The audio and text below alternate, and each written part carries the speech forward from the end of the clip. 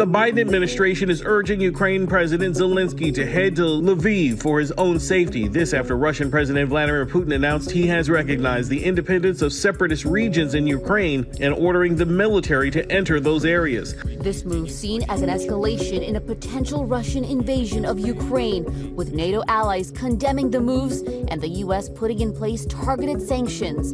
The White House saying it will announce additional measures. Today, the U.S. National Security Team meeting at the White House. Images showing General Mark Milley, Secretary of State Tony Blinken, and VP Kamala Harris all arriving for the high-level conversations. We never give up hope on diplomacy until the missiles fly or the tanks roll. The federal hate crimes trial of 3 white men accused of killing Ahmaud Arbery is now in the hands of the jury. Closing arguments wrapped late today. The defendants chased Arbery through a predominantly white neighborhood nearly 2 years ago, then shot the unarmed 25-year-old black man after cornering him. The men have already been convicted of state murder charges. Prosecutors presented a slew of racist texts the men had used about black people. The defendants claim the shooting wasn't racially motivated.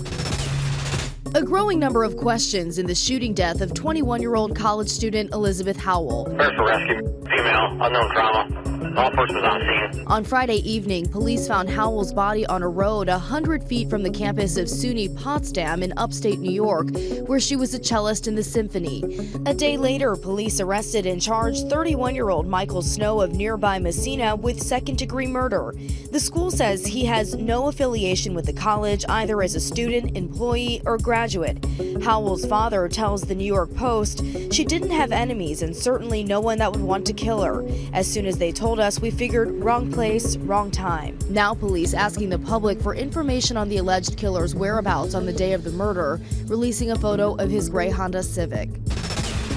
Well, things got out of hand at the end of a college basketball game after the coaches of the opposing team sparked a brawl on the court. Michigan head coach Juwan Howard says it all started when Wisconsin head coach Greg Gard called a timeout late in the blowout. The two exchanged words and had to be separated, but that didn't stop Howard from throwing a punch at a Wisconsin assistant coach, and then things only got uglier from there. I didn't like the timeout being called, and I'll be totally honest with you. The Wisconsin coach says he was just trying to explain why he took the last timeout. He came up to me and pulled his max down and said, "I'll remember that." And he started pointing it at me and tapped me in the chest. For someone to touch me, and I think that was very uncalled for him to touch me. In response, Coach Howard has been suspended for the remainder of the regular season and fined $40,000, saying his actions did not represent the level of sportsmanship that is expected from the Big Ten Conference. Medical examiners in South Florida are working to confirm that Bernie Madoff's sister and brother-in-law died in a murder-suicide. 87-year-old Sandra Weiner and her husband were found shot to death. The couple was among the victims of Bernie Madoff's massive Ponzi scheme in which he stole at least $20 billion. He died in prison last year. At least 4 people connected to Madoff have died by suicide, including his son, Mark.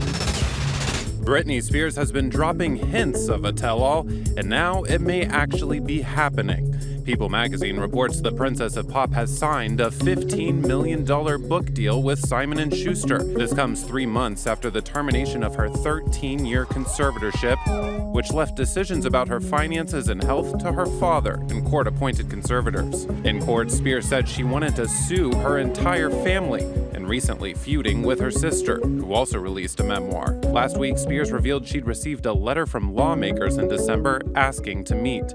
She declined, saying she was still healing.